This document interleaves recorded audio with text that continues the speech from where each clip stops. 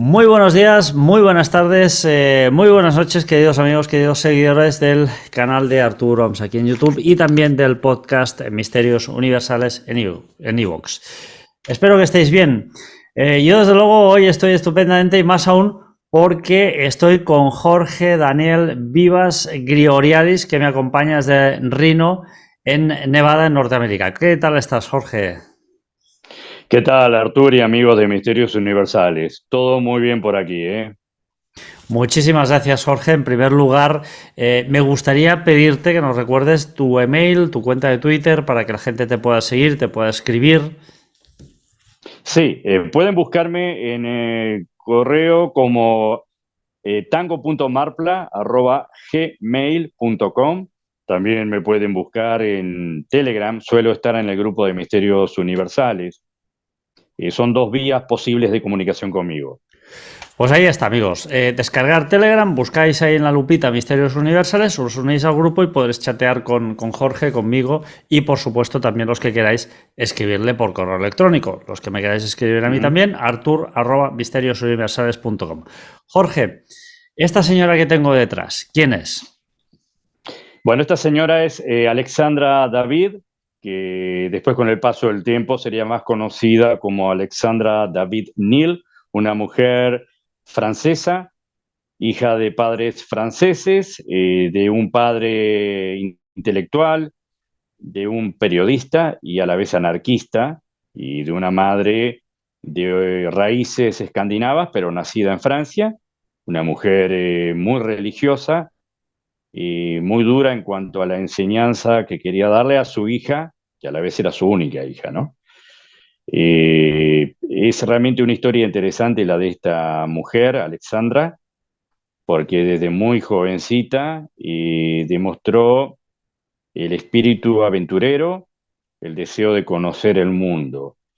Fíjate que a los 3 años ella se escapó de su hogar y se fue hasta la casa de un vecino, al jardín, que para esa niña de tan corta edad era un pequeño bosque, y los padres asustados la buscaron hasta que la encontraron ahí disfrutando de esa naturaleza, y apenas 2 años después se escaparía un poquito más lejos cuando dejaron la puerta abierta y se fue a un pequeño bosque a corta distancia de su casa, donde la encontró un guardia forestal y la tomó de la mano y la niña lloró, no porque tuviera miedo o porque se sintiera perdida, sino porque iba a volver otra vez a su hogar y de alguna forma se terminaba esa aventura, ¿no? Eh, Tiempo después empieza a estudiar canto y piano, tenía una hermosa voz para cantar ópera, y es una joven que va creciendo y sintiendo amor por los libros, leía mucho de la biblioteca de su padre y es tal su amor por la literatura que antes de los 20 años escribe su primer libro que se llamó Por la vida, un libro bastante anarquista donde el prólogo lo hizo un geógrafo intelectual amigo de su padre, y ese fue el primero de 30 libros que escribió a lo largo de su vida. Eh, Fíjate que antes de los 20 años ella se escapa en bicicleta sin avisar a sus padres y se va hasta España, y finalmente regresa, pero con los padres naturalmente muy preocupados y no felices con esta nueva aventura de su hija. O sea, Jorge, estamos hablando de Eh, una mujer completamente atípica para su época, una mujer muy, podríamos decir, muy libre en cuanto a pensamiento y muy aventurera. Y desde luego una mujer que además escribe libros, cosa que a mí me parece, muy común en aquella época porque había muchas escritoras, pero lo que no es tan común es que se vaya de casa, ¿no? Cuando en aquella época la mujer, todos sabemos, por desgracia, que tenía una posición más relegada a llevar la casa, etcétera, etcétera. sí, es así, Artur. Llevaba una vida bastante atípica. Bueno, es bueno aclarar que aparte del amor a la literatura, le encantaba leer filosofía cuando era una adolescente, y leyó toda la obra completa de Julio Verne, lo que le daba un espíritu y deseos de conocer el mundo, ¿no? Y de aventuras. A los 22 años tiene ideas claras de poder conocer la India, pero no tiene los medios económicos como para hacerlo, pero fallece su abuela y ese fallecimiento significa que la abuela le lega un dinero que esta joven ya tiene destinado, que es poder viajar a la India, que era lo que tanto deseaba. Así que va hasta la India y se queda deslumbrada con ese país y sobre todo con la gente que es muy humilde y su cultura. Estando ahí conoce a un Dalai Lama que estaba exiliado del Tíbet. En 3 ocasiones trata de tener un diálogo con él personal, cosa que no logra, y finalmente el Dalai Lama acepta recibirla por unos minutos y hablar con ella, y ella le hace un obsequio de una bufanda blanca, lo que representaba para ese Dalai Lama una señal de respeto hacia él. Así que finalmente logra tener una charla donde él le habla de las maravillas del Tíbet y especialmente de su capital, Lhasa. Y ella queda con ideas en su cabeza de poder algún día conocer el Tíbet y si es posible Lhasa, aunque sabe que es una ciudad prohibida para occidentales y más para una mujer occidental. Es virtualmente imposible para ella poder algún día ir a Lhasa, pero esas ideas y esa fantasía sigue dando vuelta en su mente. Vuelve a Francia y como seguía tocando piano y cantando y cada vez lo hacía mejor, logra ingresar a un grupo que se llama Grupo de Teatro de Hanoi, que hacía danzas, canto y teatro y que suele ir a hacer giras fuera de su país, de Francia, y le invitan a hacer una gira por países asiáticos y africanos. Ella habla con sus padres y la autorizan a poder hacer esa gira cantando ópera. Eh, es una experiencia muy buena para ella, porque, por ejemplo, ella en ese periodo de tiempo conoce en Túnez, después de cantar, conoce a un ingeniero ferroviario llamado Philippe Nil, que con el tiempo pasaría a ser su marido. Era un ingeniero que estaba trabajando en un gran proyecto en Túnez de ferrocarriles. Se siguen comunicando y con el tiempo ella llega a un momento que decide convivir, pero sin casarse. Y él es persistente en la idea de formar un hogar y tener una familia. Finalmente ella accede, pero con la excusa de no tener hijos por ahora, para poder tener la libertad de seguir viajando y conociendo el mundo, que era lo que tanto deseaba. Finalmente, ella se da cuenta que la vida que él ofrece es muy acomodada, muy tranquila. Viajan mucho en un velero que él tiene y lleva una vida muy tranquila, muy despreocupada. Pero ella se da cuenta que está viviendo una vida parecida a la que vivía con sus padres y ella quiere otra vida, quiere una vida de aventuras, de viajar. Habla con su marido y le pide la posibilidad de ausentarse por 18 meses para poder hacer una gira con un grupo que se llamaba Ministerio de Cultura de Francia, un grupo cultural en la que ella es invitada a participar y a recorrer otra vez la India y varios países y localidades, entre ellas cierta área del Tíbet, sin llegar a Lhasa. Y así que ella se marcha con ese grupo porque el marido tenía la esperanza de que tal vez al terminar eso pudieran retomar ese hogar. Finalmente ella se va y durante ese viaje extenso, que se va enlazando con otros viajes, esos 18 meses se transforman en muchos años, en que ella sigue enlazando un viaje con otro, sin verse nuevamente con su marido nunca más, cara a cara, eh, hasta que un día se entera que el marido muere. Y siente una profunda tristeza porque, como ella dice, acaba de perder a su mejor amigo. Durante ese viaje conoce a un jovencito de 14 años, un joven monje lama, que le habla sobre el monasterio donde él está, y ella empieza a pensar seriamente en lugares así para poder tener un mayor conocimiento y un crecimiento espiritual.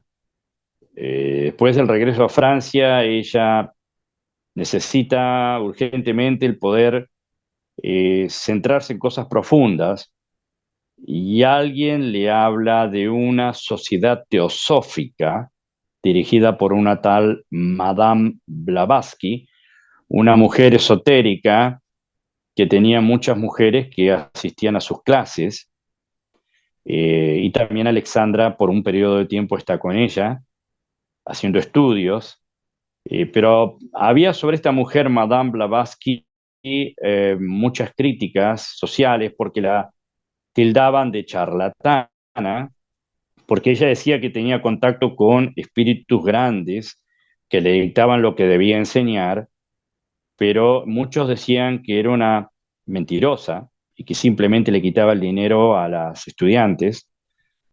Así que Alexandra sigue un periodo más de tiempo y después se aleja de ahí y decide ir a ese monasterio en China, donde habla en ese lugar para ver si es aceptada. Finalmente, después de conocerla, les da una buena impresión a ellos y la aceptan como a una hermana más. Y, y es tan especial que llegan a decir que ella es una lámpara de sabiduría. Y en ese periodo de tiempo ella tiene que vivir en una cueva, sin ningún tipo de comodidad, sobreviviendo con los alimentos y el agua que le dan los monjes, pero tiene en contrapartida el acceso a ciertos documentos y con el que conoce técnicas que más adelante ella va a utilizar en su vida, técnicas en las que ella no creía hasta que pudo comprobar que era verdad. Muchos de esos temas están volcados en uno de sus libros. Ella escribió 30 libros, que se llama Magos y Místicos del Tíbet, donde ella, entre otras cosas, cuenta muchas de estas cosas que aprendió estando en ese monasterio. Por ejemplo, técnicas como para crear un tulpa, o los lungompa o corredores, levitación. También habla de reencarnación y otro tipo de temas que ella va descubriendo en esos archivos, y que guarda para sí misma, ¿no? Como un tesoro. Después de estar un muy buen tiempo en ese monasterio, ella comienza a pensar en volver a Francia y también piensa en ese jovencito que le cae tan bien y que es tan especial, como para pensar en adoptarlo como un hijo, porque ella ya era una mujer bastante grande. Fíjate que en el tiempo que estuvo en esa cueva, es bueno aclararlo, esta mujer llegó a caminar alrededor de 40 kilómetros al día, como ejercicios que hacía en forma personal y diaria, y no estamos hablando, Artur, de caminar en un lugar llano, sino en un lugar a mucha altura, un lugar abrupto, con una geografía abrupta, en el que se hace muy difícil subir por montañas, y ella lo hacía a pesar de su edad, estaba entre 40 y algo y 50 años, caminaba 40 kilómetros, que vos lo sabes muy bien, no es fácil cada día caminar esa distancia, es prácticamente un maratón, y le dio una buena condición física. Desde luego, en esta desde foto luego, podemos... desde luego, Jorge, te quería hacer solo un comentario respecto a Sí. las técnicas que ella llegó a aprender, porque a mí hay algo que siempre me había parecido ciencia ficción, hasta que hablé con el representante del Dalai Lama en España, que ha venido un par de veces al Congreso Sabiens aquí en Andorra, que lo invitó Ferran. Yo en una de esas ocasiones le pregunté a Watsten Tumten, no me acuerdo cómo se llama exactamente, si él había visto levitar a algún monje. Y él me dijo que sí, que él había visto levitar a algún monje, cosa que me parece completamente alucinante, ¿no? Simplemente quería hacer este apunte, Jorge, porque muchas veces pensamos que aquellas cosas son imposibles porque no las hemos visto, porque no creemos en ellas, pero oye, las emisoras de la radio no se ven y aquí está la radio. Así es, Artur. Y fíjate que no solo levitan, y me estoy un poco adelantando, pero lo voy a comentar ahora antes que me olvide. En un intento por llegar a Lhasa, ella va con este joven, John Donne, y a lo lejos se ve una figura a mucha velocidad que viene por una zona desértica. Y el joven dice, ¿qué es eso? Porque venía muy rápido. Se ve una figura, una silueta muy velozmente, como corriendo.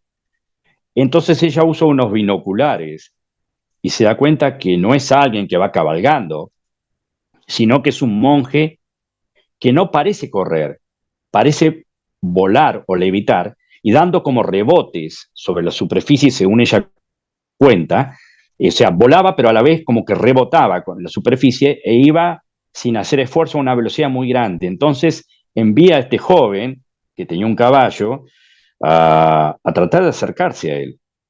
Y el joven trata con ese caballo de acercarse y no lo logra, pero sí llega a acercarse un poco como para verlo, que iba en trance ese monje. Con el tiempo, Alexandra llega a saber que no es bueno despertar a un monje que está en esa condición. Los Lungompa, que son corredores, son monjes que avanzan mucha distancia, flotando básicamente, porque puede tener un shock al despertarse y hasta morir. Ella no lo sabía. Ella dice después en su libro y también en una conferencia que da en París delante de intelectuales y geógrafos amigos de ellas, e inclusive un representante de la revista Times, mucho tiempo después, ella declara lo mismo. Ella no creía que alguien pudiera levitar y menos avanzar a tanta velocidad.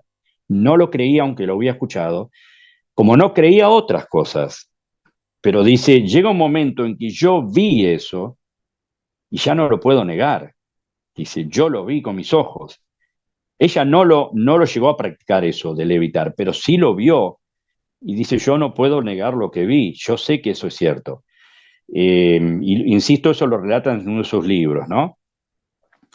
Pero realmente cuando ella decide adoptar a ese joven, también tiene la idea de hablar eh, diplomáticamente para tratar de llegar a Lhasa como una visitante más. Y con la ayuda de este joven que dominaba también la cultura de esa área, sentía que iba a ser posible. Habló, trató de negociar la posibilidad de un viaje y le dijeron que definitivamente era imposible. Se desanima mucho, vuelve con este joven que adoptó después de estar en ese monasterio a Francia. Y muy triste por la negativa, decide hacer un viaje a Japón. Va a Japón, recorre un poco, conoce la cultura, le encanta. Estando en Japón con ese joven, conoce a un filósofo japonés, con el que tiene una muy buena charla, y ella le cuenta de su tristeza de ser imposible para ella conocer Lhasa porque le habían hablado maravillas. Y este hombre se sonríe y dice, a mí también me negaron ir a Lhasa. Sin embargo, yo llegué a Lhasa. Entonces ella se la pregunta, ¿cómo hizo? Y él le dice, me disfracé y me hice pasar por monje y logré entrar por un breve periodo a Lhasa. Cuando él deja de hablar con esta mujer y se separan, ella tiene alegría porque ahora sabe lo que va a hacer. Tiene un plan ahora. Sabe que va a ir a Lhasa como sea.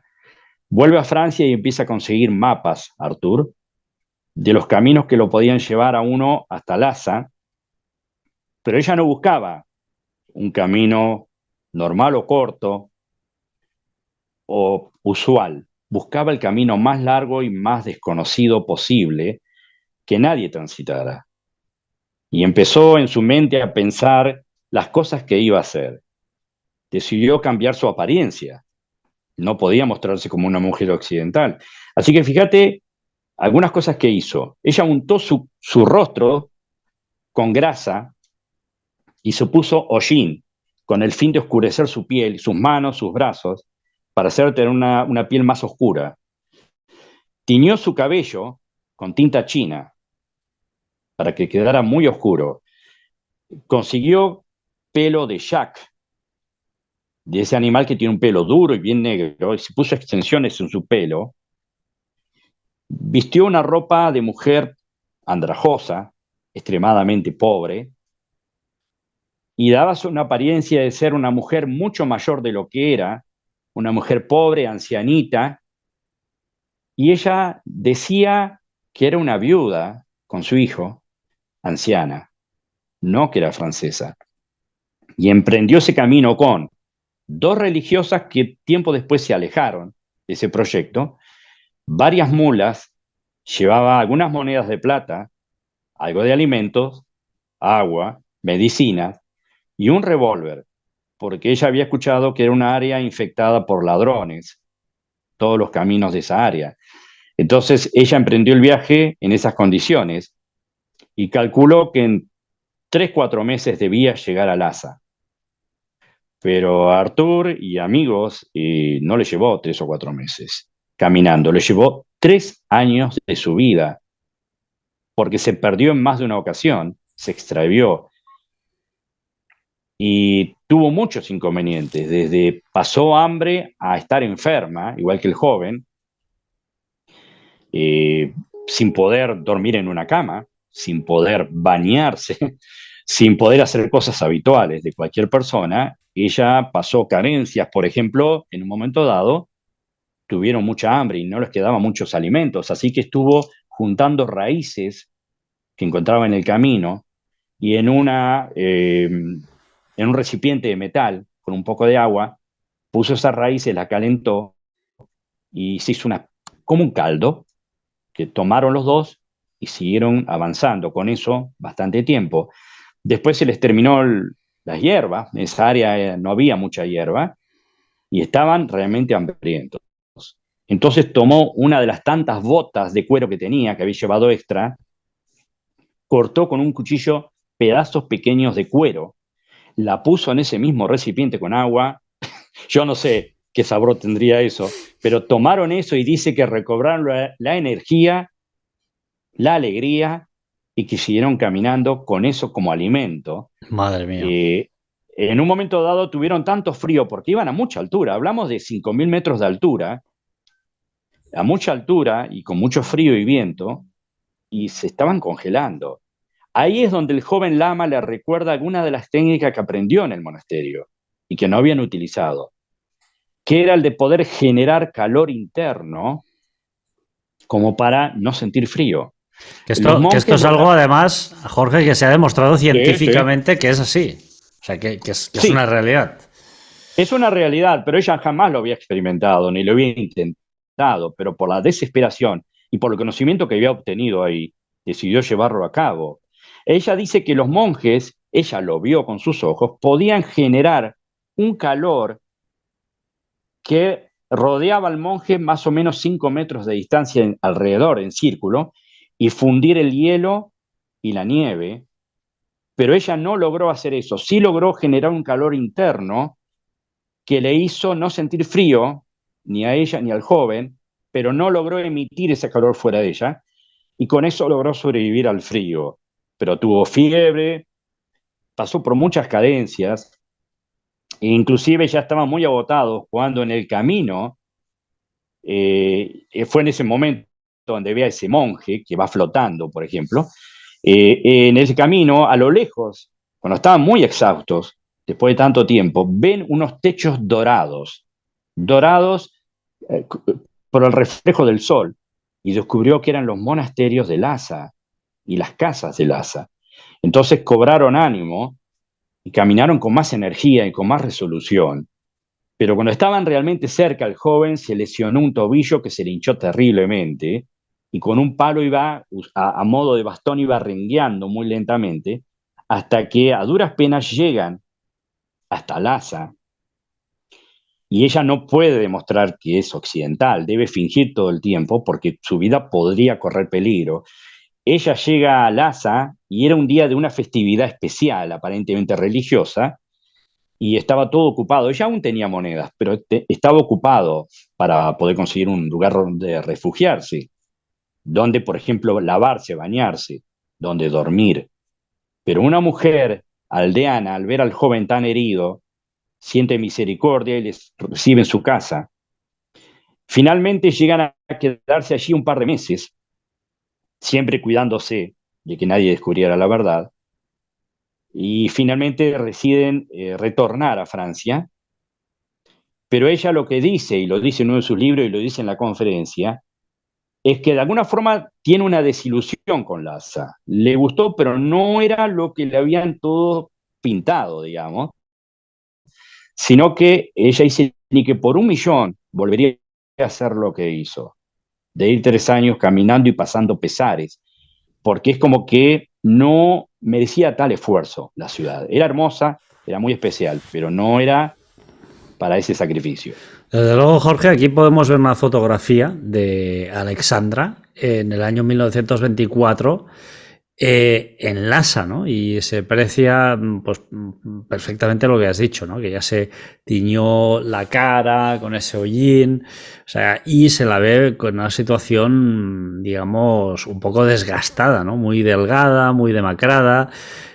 A mí me sorprende, ¿no? De 4 meses a 3 años vagando por esas montañas, los que hacemos senderismo, de unido, qué perseverancia, qué voluntad y qué fuerza. Estamos hablando de una mujer que además luchó a contracorriente de todo lo que era ese encajonamiento en esa sociedad en la que ella vivía en esos años, en la cual la mujer, pues evidentemente, estaba más destinada a labores domésticas.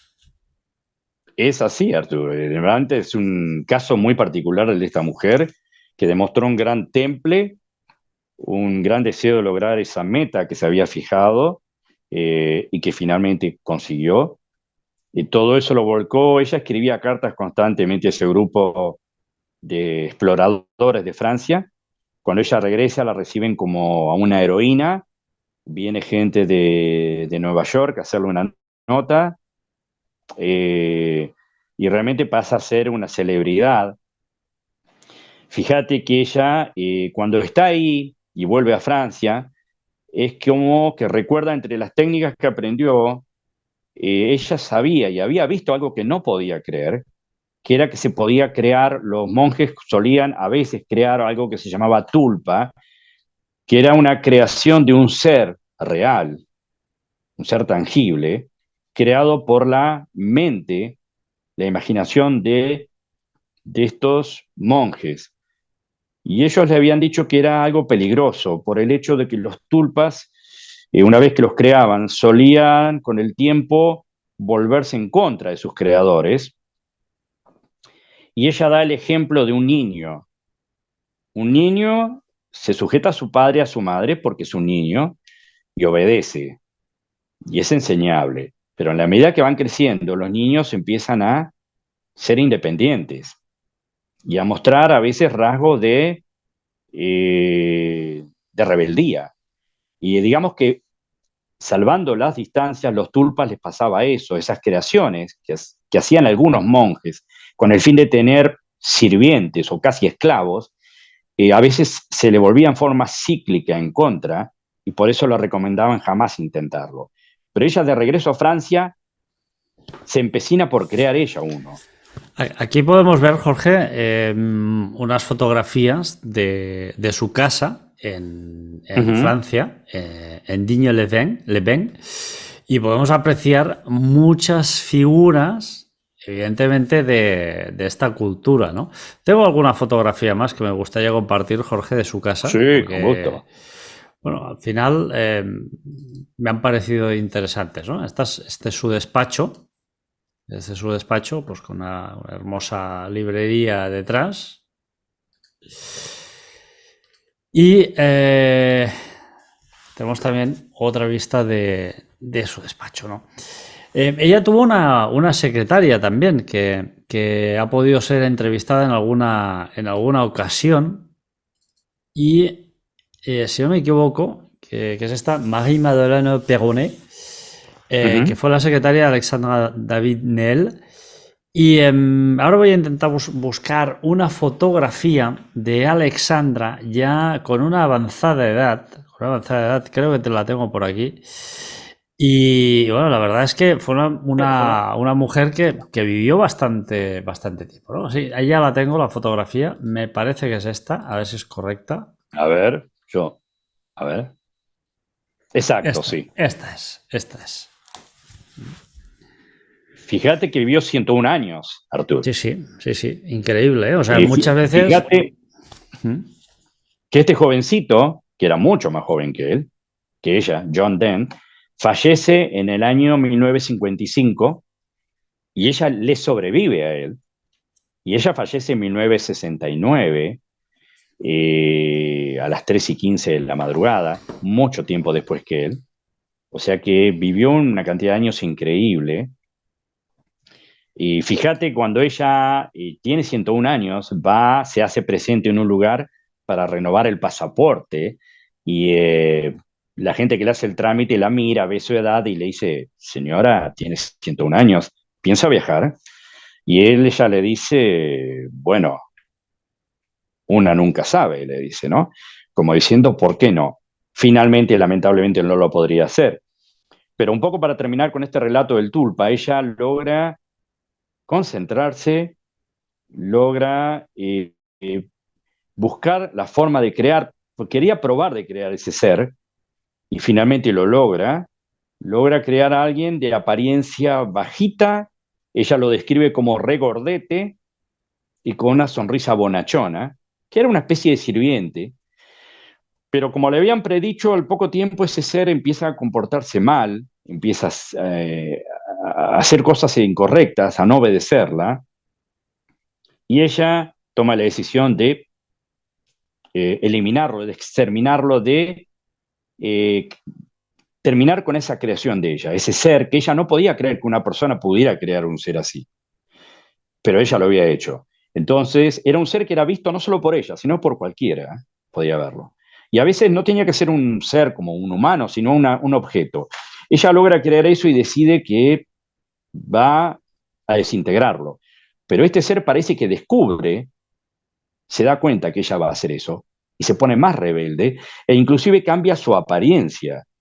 Ella describe que ya no es un ser gordito, con una sonrisa bonachona y bajito, sino que es mucho más delgado y tiene una sonrisa mala, perversa, y la asusta a ella. En un momento dado le toca el hombro, algo que era prohibido. Él no podía hacer eso, y le toca el hombro a ella, y la persigue a todos lados que va.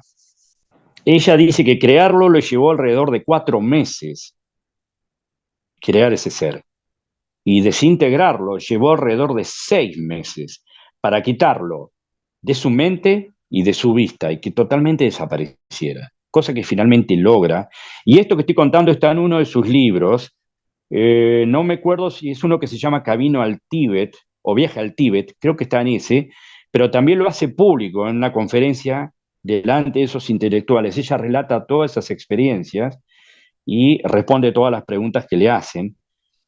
Y finalmente, como digo, fallece a los 101 años, ya sin viajar más, pero su último pedido es que sus cenizas sean dispersadas en la India, al igual que había ocurrido con el joven, el lama que le acompañó el resto de su vida. Él había muerto antes y sus cenizas descansaban en la India, y ella quería lo mismo para ella. Cosa que finalmente ocurrió, escuchad bien, en 1973. Ahí descansaron sus restos en la India, un lugar que ella amaba mucho. Y yo creo que nos ha dejado un legado de libros, de conocimiento invaluable, y muestra realmente una mujer como su padre anarquista en cuanto a la sociedad, a las costumbres y al destino que tenían sus padres destinado para ella. Y a ella fue por su amor a la aventura y por su personalidad tan especial, pasó a ser una pionera en muchas de las cosas que hizo Arturo. Desde luego, Jorge, una pionera, un ejemplo a seguir y desde luego una luchadora y sin todo este feminismo que hay hoy en día, que Sí. desde luego yo creo que en algunas cuestiones no es sano, ¿no? Em, Estoy completamente de acuerdo que evidentemente, pues, las mujeres han sido vapuleadas, puestas en un rincón, en la sombra, durante muchísimos años.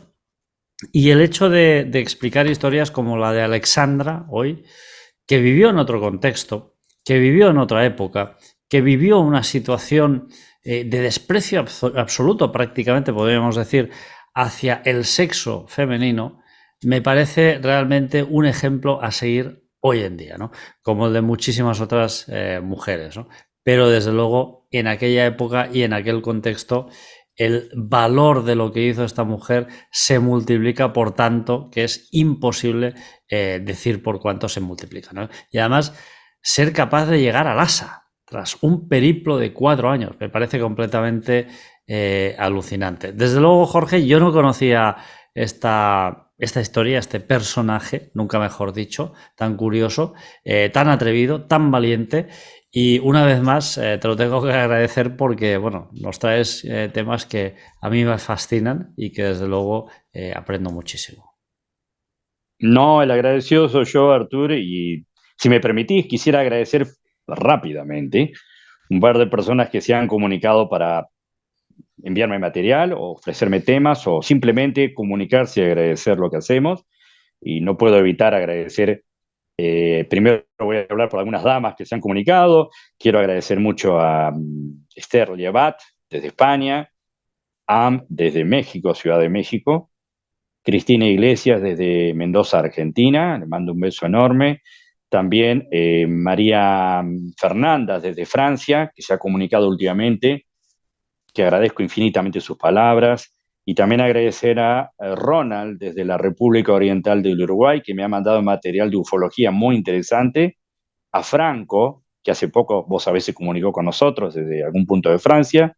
Y un abrazo para él. Y también a alguien muy conocido por muchos de nosotros, el señor Guerrero del Cielo, que me envió un video muy interesante de ufología y que le agradezco muchísimo por tener esa amabilidad de hacerme llegar ese material. Yo siempre soy de valorar mucho la comunicación, porque si bien hay cosas que no me gustan de las redes sociales, reconozco que nos dan la posibilidad de saber un poco qué temas le interesa a la gente, poder comunicarnos con ellos. Yo una vez te conté que hace muchos años solía poner unos artículos en una revista de tirada nacional en mi país cuando tenía 17 años y que salía en Uruguay también, si no me equivoco, una revista Lupin, donde, que ya no existe, donde yo hacía pequeños comentarios sobre onda corta y demás, y no había forma de saber si alguien lo leía porque no había correo electrónico, no había nada. Entonces yo mandaba eso y desconocía si a alguien le interesaba. Hasta que un día en una actividad a nivel de la ciudad municipal, que era del tema de la radio, apareció un joven y preguntó quién era Jorge, me nombró a mí y le dijeron es él. Y me vino y me dio un abrazo y digo, no te conozco, pero gracias. Y me dijo, es que te leo siempre. Entonces ahí me di cuenta de que había gente que le interesaba lo que uno ponía, pero yo no tenía la menor idea. Y ahora gracias a estas redes sociales uno puede tener contacto con gente muy buena que se toma el tiempo de agradecer, a veces de elogiar, pero sobre todo la alegría de que dediquen tiempo a tratar de comunicarse. Así que quería agradecer a toda esa gente tan buena que siempre me escribe algunas líneas. Yo creo, Jorge, que los que estamos agradecidos somos nosotros también, porque desde luego los temas que traes son fascinantes. Además, los preparas muy bien, porque, oye, hay que decir y hay que explicar a las personas que nos ven, a las personas que nos escuchan, que todo esto lleva un trabajo, lleva una investigación, la lectura incluso de algún libro, de mucha documentación y no es para nada algo que sea completamente gratuito. O sea, no es que te sientes aquí delante del micrófono y ya sepas absolutamente todo, ¿no? Por lo tanto, Jorge, 1.000 millones de gracias, como siempre. Y desde luego, los que estamos agradecidos somos nosotros y desde luego así lo manifestamos y así lo hacemos saber. Y así lo digo también para que quede en este programa, ¿no? Que a lo mejor de aquí 20, 30, no sé, X años, alguien lo escucha por casualidad y nos redescubre allá en un lejano año 2050, 2060, 2070. A lo mejor nosotros ni Todo no puede ser, estábamos. Artur. Todo puede pasar, Artur. Claro, ahí Es muy está interesante. la historia de Internet, la presente, la pasada y la futura que está por venir. Jorge, una vez más, te pido que recuerdes a las personas que nos están viendo y escuchando tu correo electrónico por si te quieren escribir. Sí, con gusto. Es tango.marpla@gmail.com y también suelo estar en Telegram. Bueno, suelo estar en tu grupo, inclusive en Misterios Universales. Y de hecho, el otro día nos comunicamos con Franco desde Francia porque él estaba escribiendo algo y lo vi y le escribí enseguida y bueno, la alegría de conocerlo por ese medio. Pues ya sabéis, amigos, todos los que queráis podéis escribir a Jorge. También me podéis escribir a mí, arturo@misteriosuniversales.com. Si tenéis algún caso o que explicarnos, pues nosotros muy agradecidos de que os comuniquéis con nosotros. Y como decía Jorge, existe ese grupo en Telegram que se llama Misterios Universales. Lo buscáis ahí, le dais en la lupita y entonces ahí podréis también escribir a Jorge, escribirme a mí y a todas las personas que están en este grupo. Jorge Daniel Vivas Gregoriadis, desde Reno, en Nevada. Como siempre, 1.000 millones de gracias, un placer y hasta pronto. Hasta pronto, Artur. Buen día para todos. Saludos desde el estado de Nevada.